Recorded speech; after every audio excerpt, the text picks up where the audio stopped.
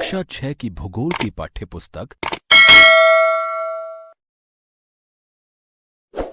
पृथ्वी हमारा आवास प्रस्तुत है। इस पुस्तक का पाठ 8 भारत, जलवायु, वनस्पति तथा वन्य प्राणी। पृष्ठ संख्या 58 से पृष्ठ संख्या 66 तक। तो आइए अब सुनते हैं पाठ भारत, जलवायु, वनस्पति तथा वन्य प्राणी। आप मौसम के बारे में प्रतिदिन समाचार पत्रों में पढ़ते हैं तथा टेलीविजन पर देखते हैं अथवा दूसरों को इस संबंध में बातें करते हुए सुनते भी हैं। आप जानते हैं कि मौसम वायुमंडल में दिन प्रतिदिन होने वाला परिवर्तन है।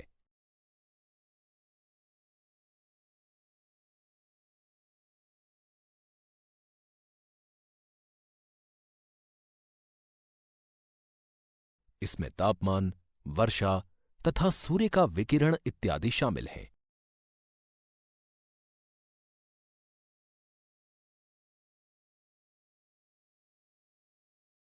उदाहरण के लिए, मौसम कभी गर्म या कभी ठंडा होता है। कभी कभी आसमान में बादल छा जाते हैं तो कभी वर्षा होती है। आपने ध्यान दिया होगा कि जब बहुत दिनों तक मौसम गर्म रहता है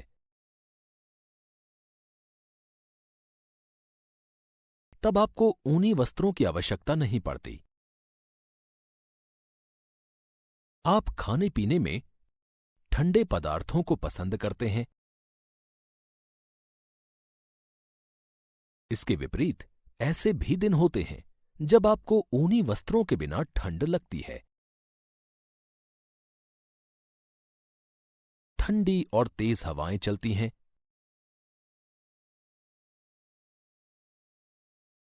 इन दिनों में आप गर्म चीजें खाना पसंद करते हैं। सामान्यतः भारत में प्रमुख मौसम होते हैं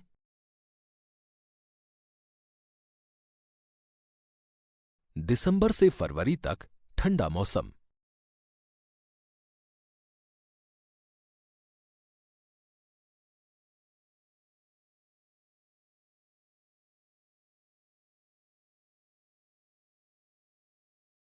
यानी सर्दी।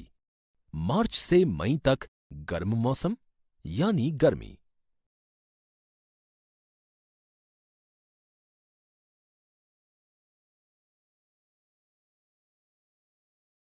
जून से सितंबर तक दक्षिण पश्चिम मॉनसून का मौसम।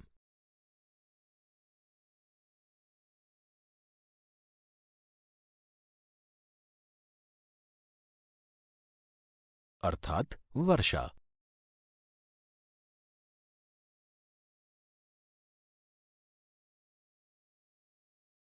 अक्टूबर और नवंबर में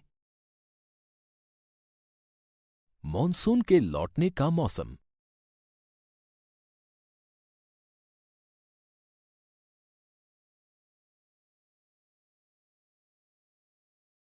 अर्थात शरद।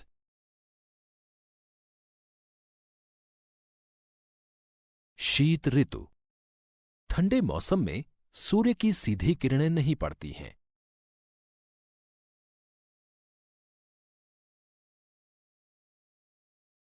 जिसके परिणाम स्वरूप उत्तर भारत का तापमान कम हो जाता है।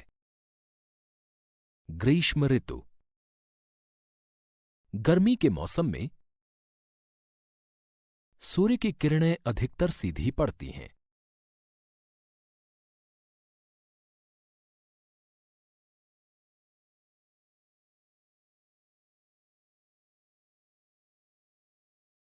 तापमान बहुत अधिक हो जाता है।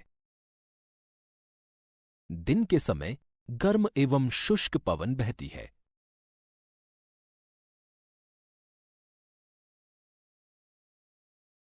जिसे लू कहा जाता है। पृष्ठ संख्या 59। आओ खेलें। पहला, हमारे देश के सभी भागों में लोग अपने क्षेत्रों में पाए जाने वाले फलों के ठंडे पेय,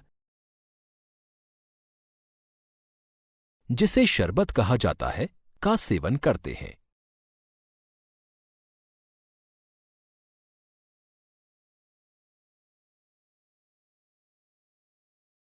ये पेय पदार्थ प्यास को बुझाने के सबसे अच्छे साधन हैं।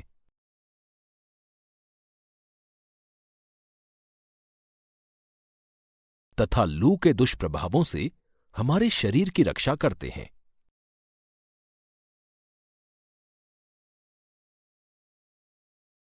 क्या आपने कभी आम,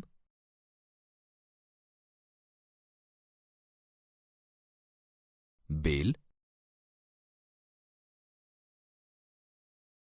नींबू, इमली, तरबूज तथा दही का शरबत, जैसे छाछ, मट्ठा, मोरी इत्यादि पिए हैं? बहुत से लोग केला तथा आम के मिल्क शेक भी बनाते हैं।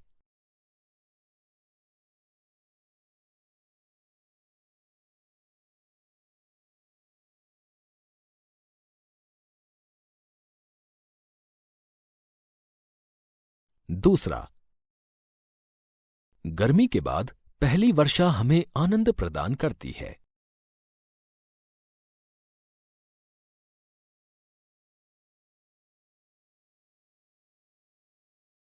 हमारी सभी भाषाओं में वर्षा पर गीत हैं।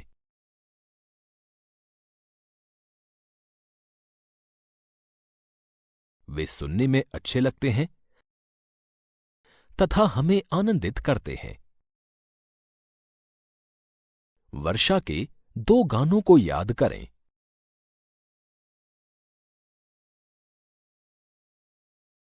तथा एक साथ मिलकर गाएं।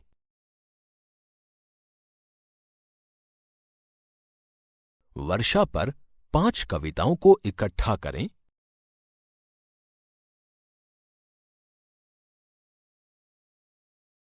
या लिखें। विभिन्न भाषाओं में वर्षा के नामों की जानकारी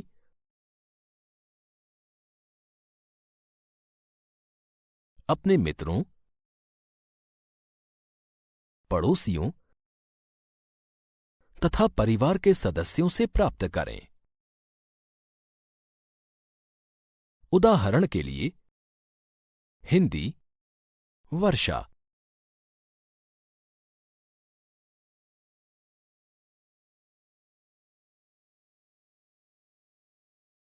उर्दू बारिश,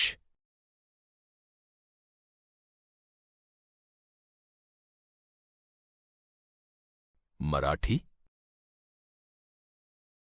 पाऊस,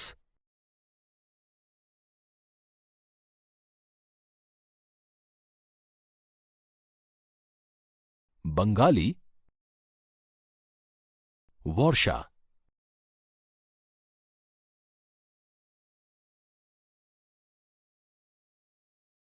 दक्षिण पश्चिम मानसून या वर्षा का मौसम।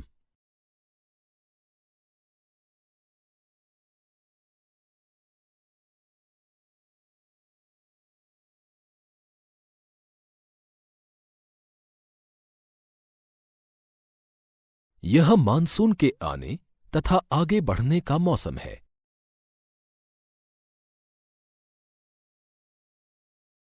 इस समय पवन बंगाल की खाड़ी,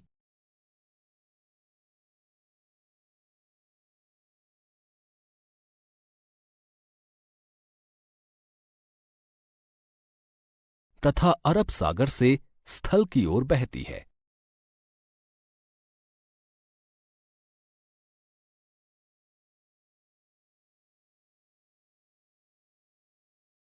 वे अपने साथ नमी भी लाती हैं।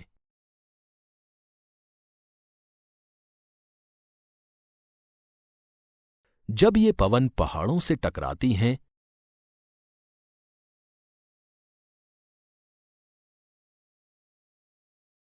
तब वर्षा होती है।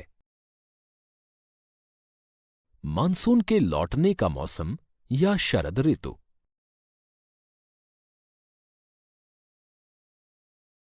इस समय पवन स्थल भागों से लौटकर बंगाल की खाड़ी की ओर बहती है।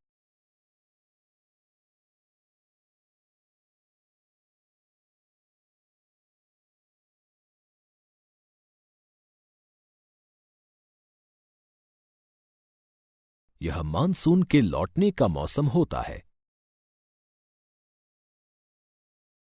भारत के दक्षिणी भागों, विशेषकर तमिलनाडु तथा आंध्र प्रदेश में इस मौसम में वर्षा होती है।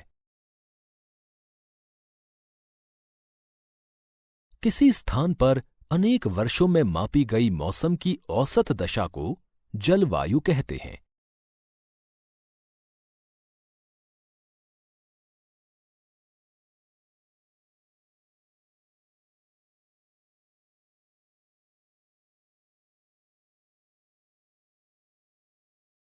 भारत की जलवायु को मोटे तौर पर मानसूनी जलवायु कहा जाता है।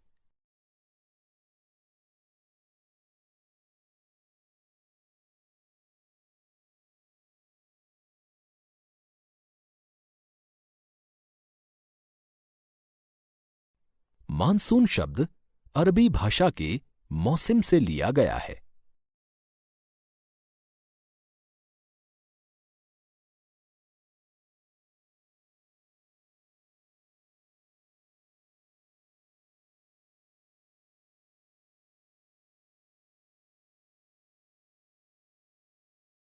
जिसका अर्थ होता है मौसम। भारत की स्थिति उष्णकटिबंध में होने के कारण अधिकतर वर्षा मानसूनी पवन से होती है।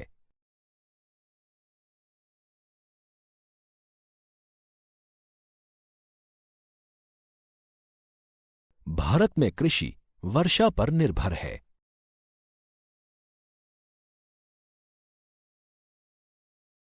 अच्छे मानसून का मतलब है पर्याप्त वर्षा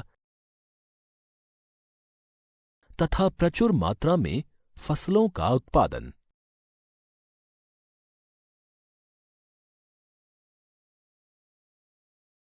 इस पृष्ठ पर एक तरफ को एक प्रश्न पूछा गया है। प्रश्न है, अगर किसी वर्ष मानसूनी वर्षा कम हो या नहीं हो तो क्या होगा? सही उत्तर पर चिन्ह लगाओ। फसल प्रभावित होगी, नहीं होगी?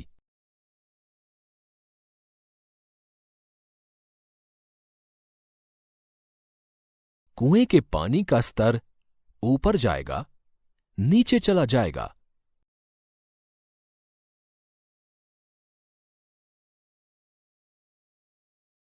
गर्मी का मौसम लंबा होगा, छोटा होगा?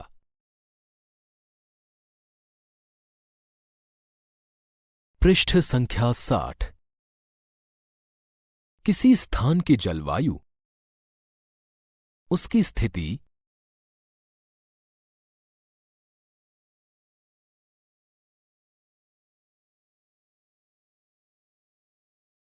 ऊंचाई, समुद्र से दूरी,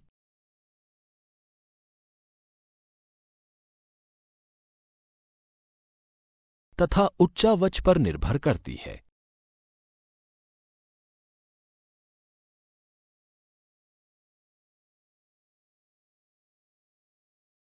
इसलिए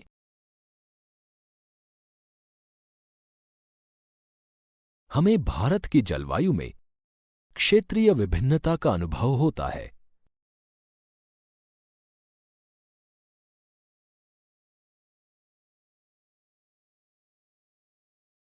राजस्थान के मरुस्थल में स्थित जैसलमेर तथा बीकानेर बहुत गर्म स्थान हैं।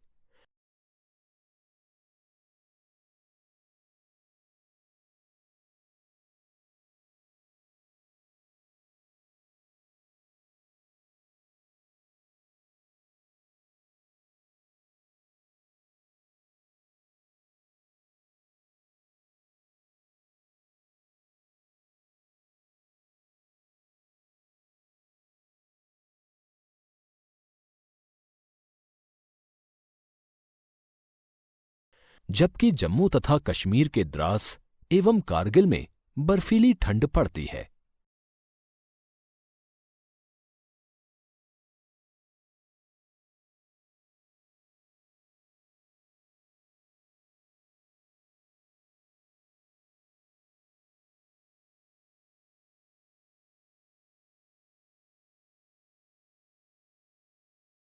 तटीय क्षेत्र जैसे मुंबई तथा कोलकाता की जलवायु मध्यम है।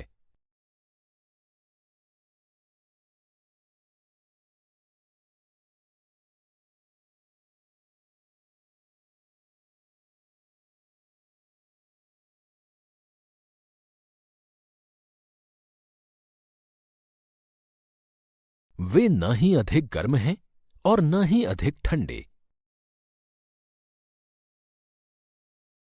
समुद्र तट पर होने के कारण ये स्थान बहुत अधिक आर्द्र हैं।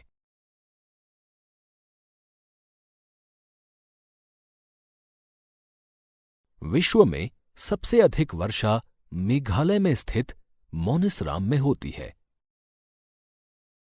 जबकि किसी किसी वर्ष राजस्थान के जैसलमेर में वर्षा होती ही नहीं है। आओ कुछ करके सीखें। भारत के मानचित्र पर इस पैराग्राफ में दिए गए स्थानों को चिन्हित करें।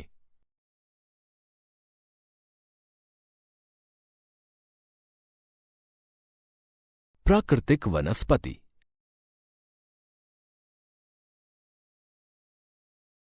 हम अपने चारों तरफ विभिन्न प्रकार का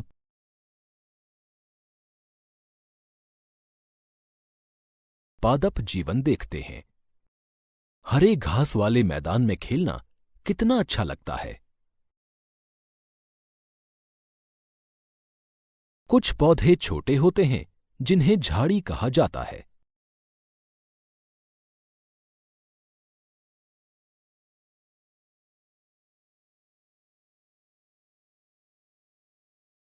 जैसे कैक्टस,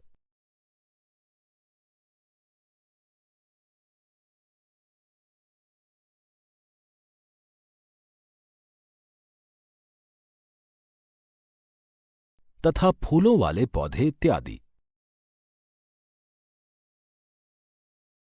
इसके अतिरिक्त बहुत से लंबे वृक्ष होते हैं।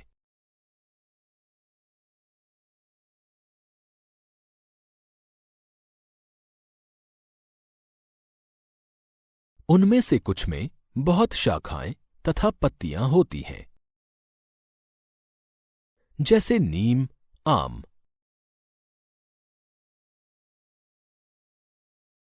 तो कुछ वृक्ष ऐसे होते हैं जिनमें पत्तियों की मात्रा बहुत कम होती है, जैसे नारियल।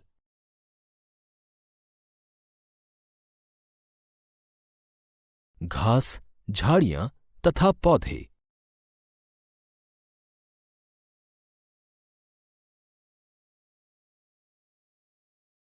जो बिना मनुष्य की सहायता के उपजते हैं,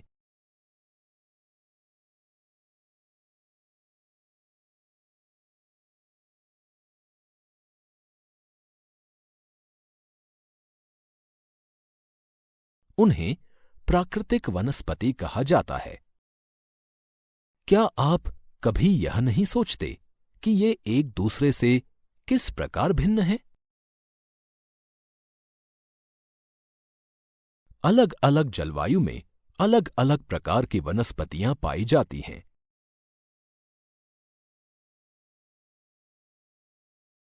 इनमें वर्षा की मात्रा सबसे महत्वपूर्ण होती है।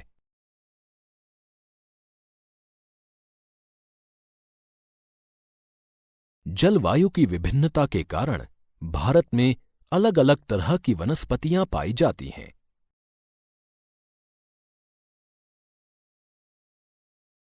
इस पृष्ठ पर चित्र 8.1 दर्शाया गया है, जिसमें उष्णकटिबंधीय वर्षावन दर्शाया गया है।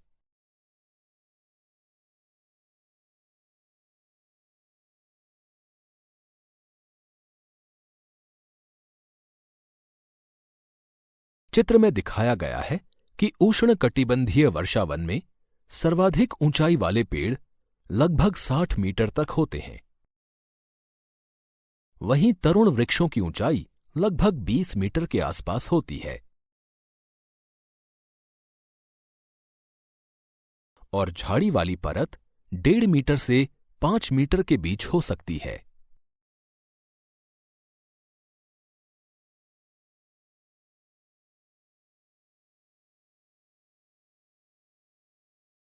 हमें वनों की आवश्यकता क्यों है?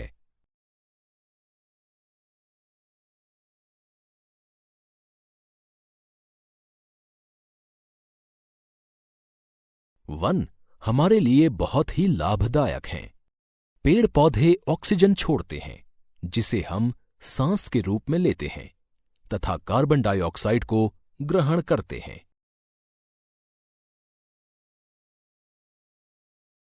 पेड़ पौधों की जड़ें मिट्टी को बांध कर रखती हैं।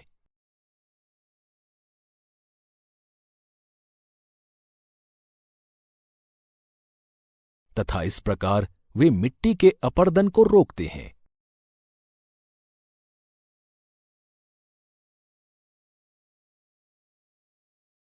पृष्ठ संख्या 61। वनों से हमें ईंधन, लकड़ी, चारा,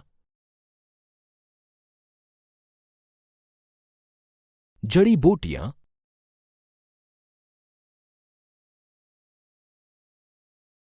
लाख,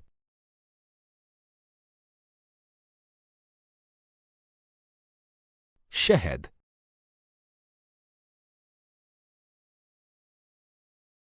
गोंद इत्यादि प्राप्त होते हैं। वन वन्य जीवों के प्राकृतिक निवास हैं। पेड़ों की अंधाधुंध कटाई के कारण भारी मात्रा में प्राकृतिक वनस्पतियां समाप्त हो गई हैं। हमें अधिक पौधे लगाने चाहिए।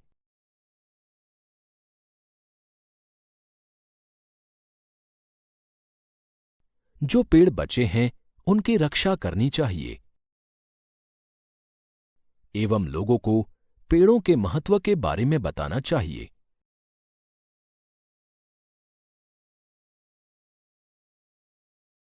हम लोग कुछ खास आयोजन जैसे वन महोत्सव मनाकर अधिक से अधिक लोगों को इस प्रयास में शामिल कर सकते हैं तथा पृथ्वी को हरा भरा रख सकते हैं।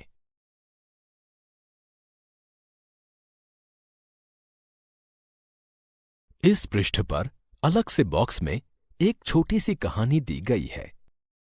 लीला के माता पिता ने उसके जन्म पर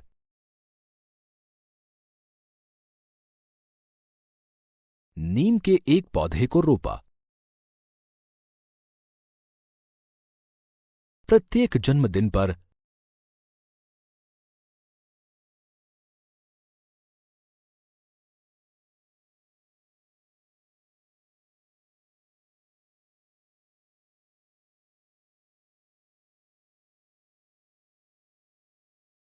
उन्होंने अलग अलग पौधों को रोपा था। इनको हमेशा पानी से सींचा जाता था तथा अत्यधिक गर्मी, सर्दी एवं जानवरों से बचाया जाता था।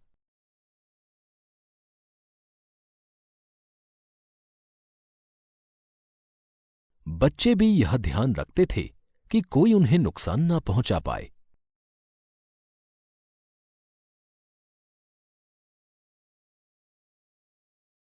जब लीला 20 वर्ष की हुई तब 21 सुंदर वृक्ष उसके घर के चारों ओर खड़े थे।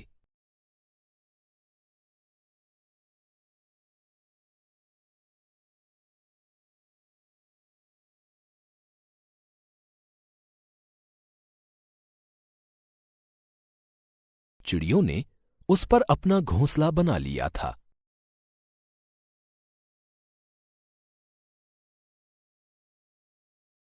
फूल खिलते थे, तितलियां उनके चारों ओर मंडराती थीं। बच्चों ने उनके फलों का आनंद लिया था।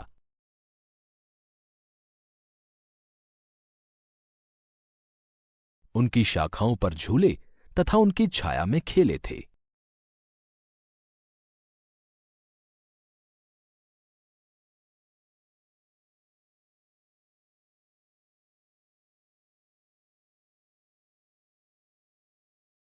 इसी पृष्ठ पर चित्र 8.2 दिया गया है,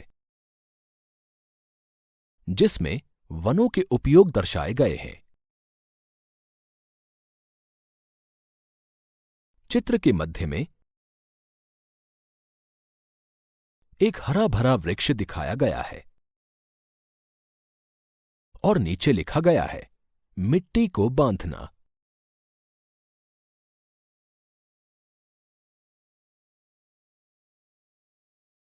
अर्थात यह पेड़ मिट्टी को बांध के रखता है।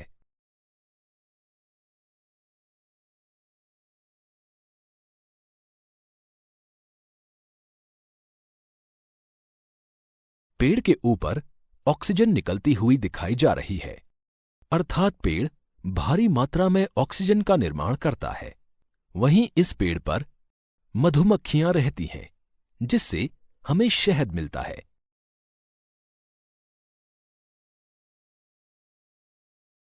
वहीं ये पेड़ हमें फल भी प्रदान करते हैं। इसी प्रकार हमें गोंद एवं लाख इत्यादि भी प्राप्त होता है।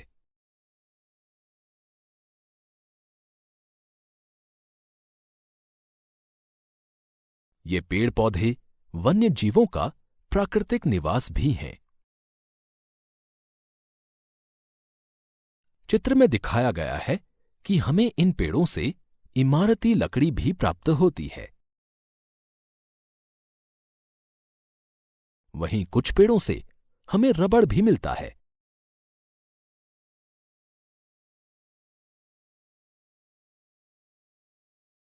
कुछ पेड़ फर्नीचर बनाने के काम आते हैं।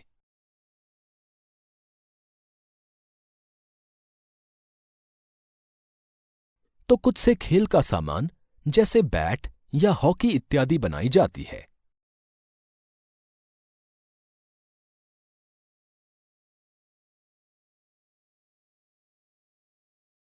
कुछ पेड़ हमें ईंधन के लिए लकड़ी देते हैं।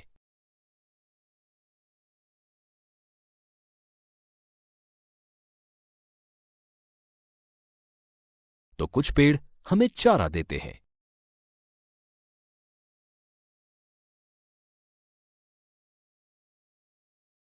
कुछ पेड़ों की सहायता से हम अपने लिए आश्रय बना सकते हैं।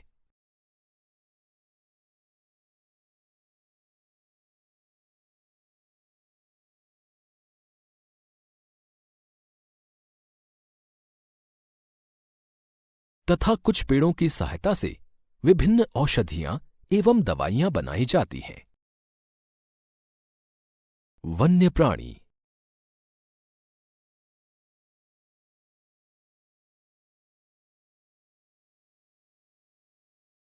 वन विभिन्न प्रकार के वन्य जीवों का निवास होता है। वनों में जंतुओं की हजारों प्रजातियां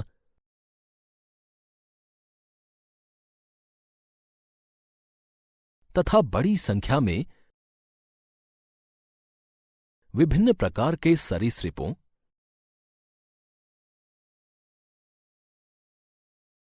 उभयचरों,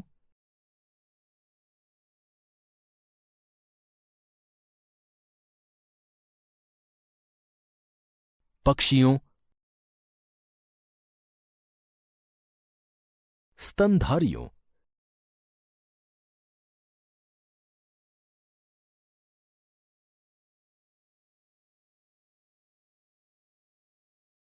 कीटों तथा कृमियों का निवास होता है।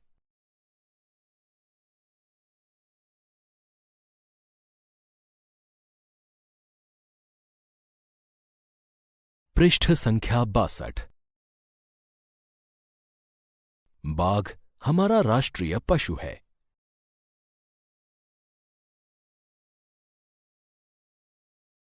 यह देश के विभिन्न भागों में पाया जाता है। गुजरात के गिर वन में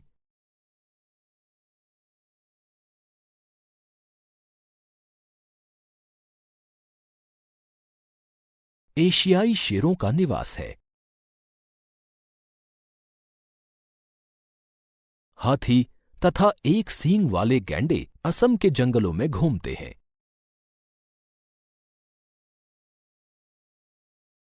हाथी केरल एवं कर्नाटक में भी मिलते हैं। ऊंट भारत के रेगिस्तान तथा जंगली गधा कच्छ के रन में पाए जाते हैं।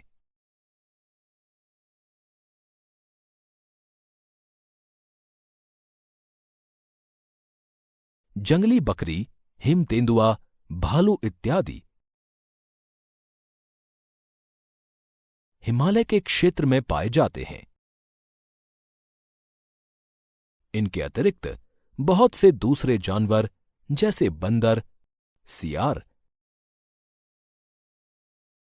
भेड़िया,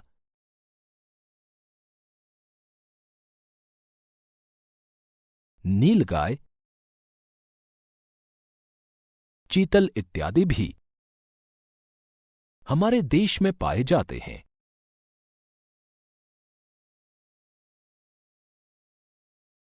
भारत में पक्षियों की भी ऐसी ही प्रचुरता है। मोर हमारा राष्ट्रीय पक्षी है।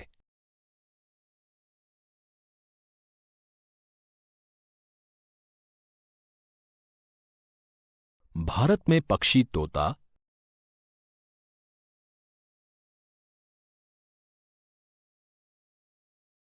मैना,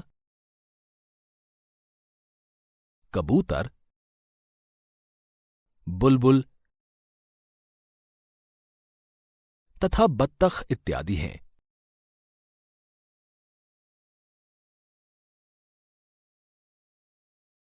अन्य बहुत सारे राष्ट्रीय पक्षी उद्यान हैं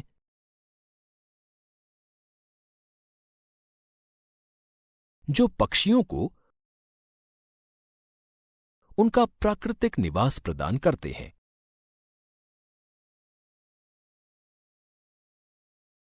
उद्यान शिकारियों से पक्षियों की रक्षा करते हैं।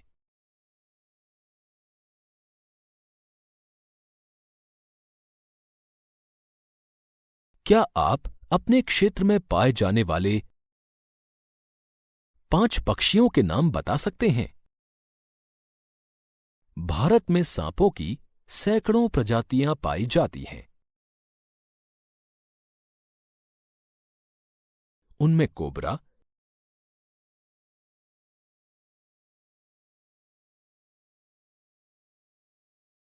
एवं करैत प्रमुख हैं।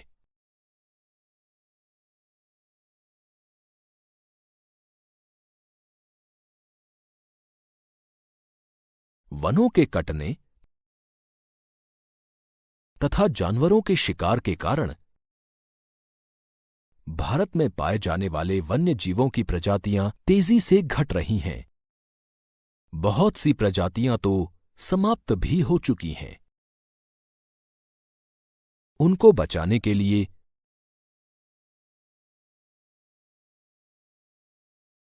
बहुत से नेशनल पार्क, पशु विहार,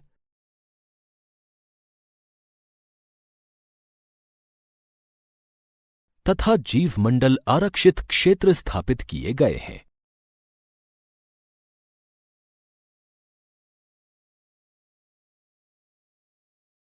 सरकार ने हाथियों तथा बाघों को बचाने के लिए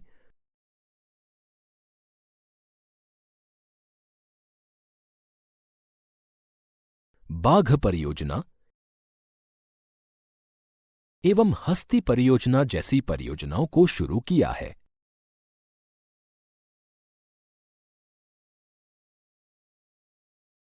क्या आप भारत के कुछ पशु विहारों के नाम तथा मानचित्र पर उनकी स्थिति बता सकते हैं?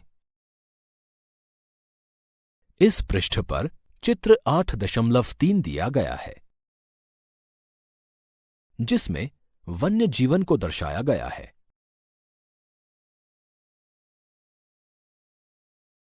चित्र के अंदर बहुत सारे हाथी,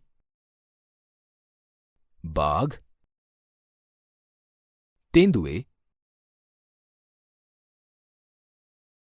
हिरन, गैंडे इत्यादि दर्शाए गए हैं। पृष्ठ संख्या 63। आप वन्य जीवों के संरक्षण में भी अपना हाथ बटा सकते हैं।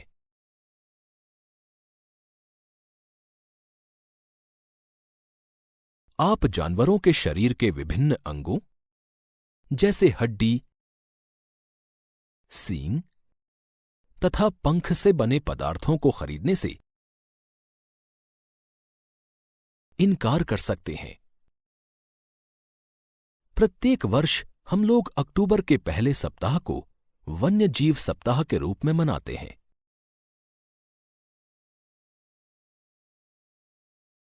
ताकि वन्य जीवों के निवास को संरक्षित रखने के लिए जागरूकता लाई जा सके। इस पृष्ठ पर चित्र 8.4 दिया गया है, जिसमें पर्यावरण और वन्य जीवों से संबंधित अखबारों में छपे प्रमुख समाचारों को दर्शाया गया है।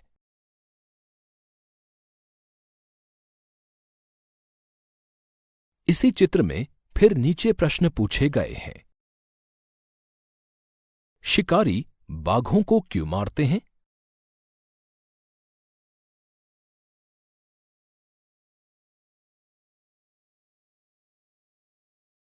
हमारे वनों से अगर बाघ खत्म हो जाएं, तो क्या होगा? क्या आपने कभी बाघ आरक्षित क्षेत्र या ऐसे चिड़ियाघर देखे हैं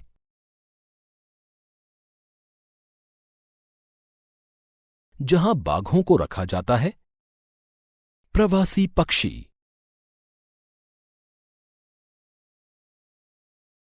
कुछ पक्षी पिंटेल बत्तख,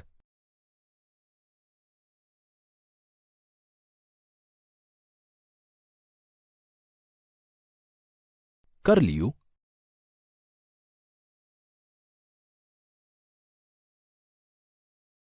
फ्लेमिंगो,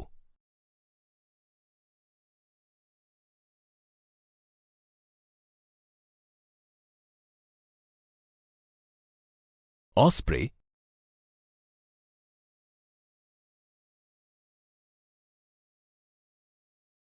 लिटिल स्टिंट,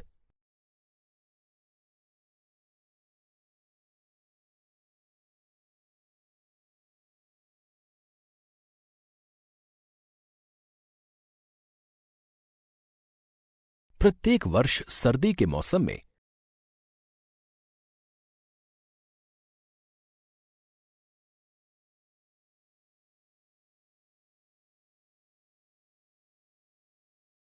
हमारे देश आते हैं। सबसे छोटी लिटिल स्टिंट, जिसका वजन लगभग 15 ग्राम होता है, आर्कटिक प्रदेश से 8,000 किलोमीटर की दूरी को तय करके भारत आती है।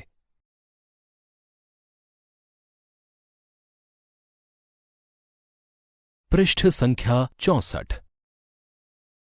अभ्यास। प्रश्न 1। आगे दिए गए प्रश्नों के उत्तर संक्षेप में दीजिए। पहला, कौन सी पवन भारत में वर्षा लाती है?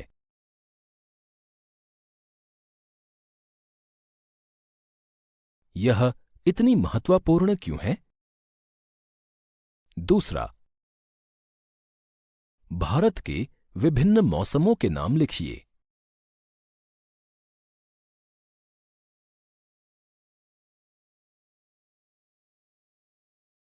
तीसरा,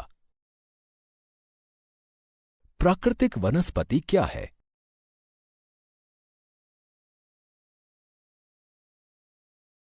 प्रश्न 2। सही उत्तर चिह्नित कीजिए।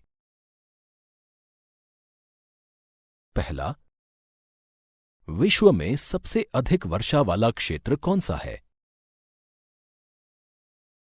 क, मुंबई, ख, आसनसोल,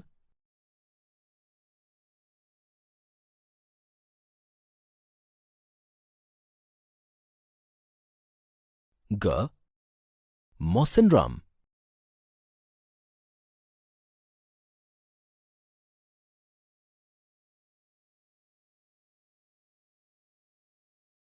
दूसरा, जंगली बकरी तथा हिम तेंदुए कहां पाए जाते हैं?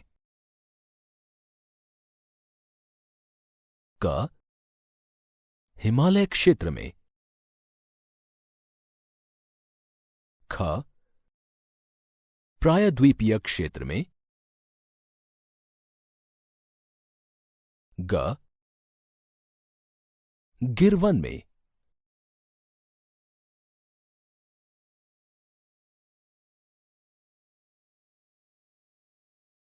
तीसरा, दक्षिण पश्चिम मानसून के समय आर्द्र पवनें कहां बहती हैं?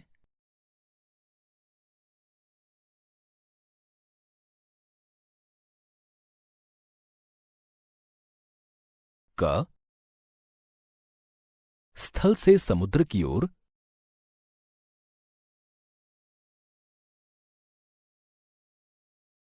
ख, समुद्र से स्थल की ओर, ग, पठार से मैदान की ओर।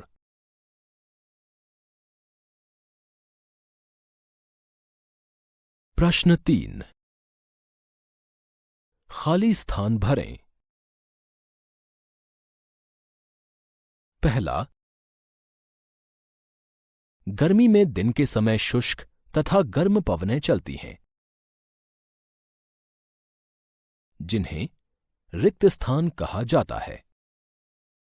दूसरा, आंध्र प्रदेश तथा तमिलनाडु में रिक्त स्थान के मौसम में बहुत अधिक मात्रा में वर्षा होती है। तीसरा, गुजरात के रिक्त स्थान वन,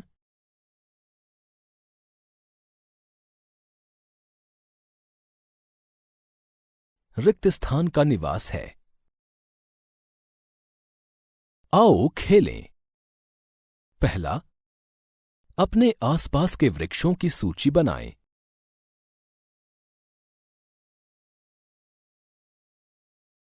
वनस्पति, जंतुओं एवं पक्षियों के चित्र इकट्ठा करें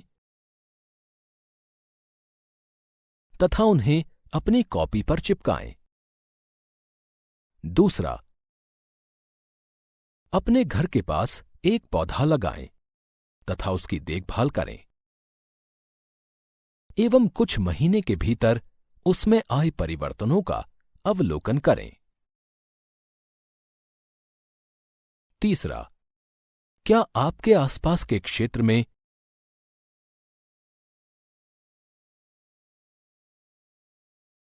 कोई प्रवासी पक्षी आता है? उसको पहचानने की कोशिश करें। सर्दी के मौसम में विशेष ध्यान दें। चौथा, बड़ों के साथ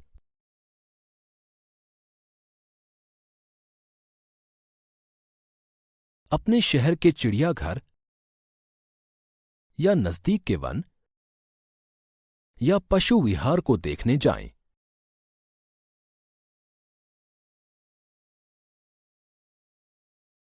वहां विभिन्न प्रकार के वन्य जीवन को ध्यानपूर्वक देखें।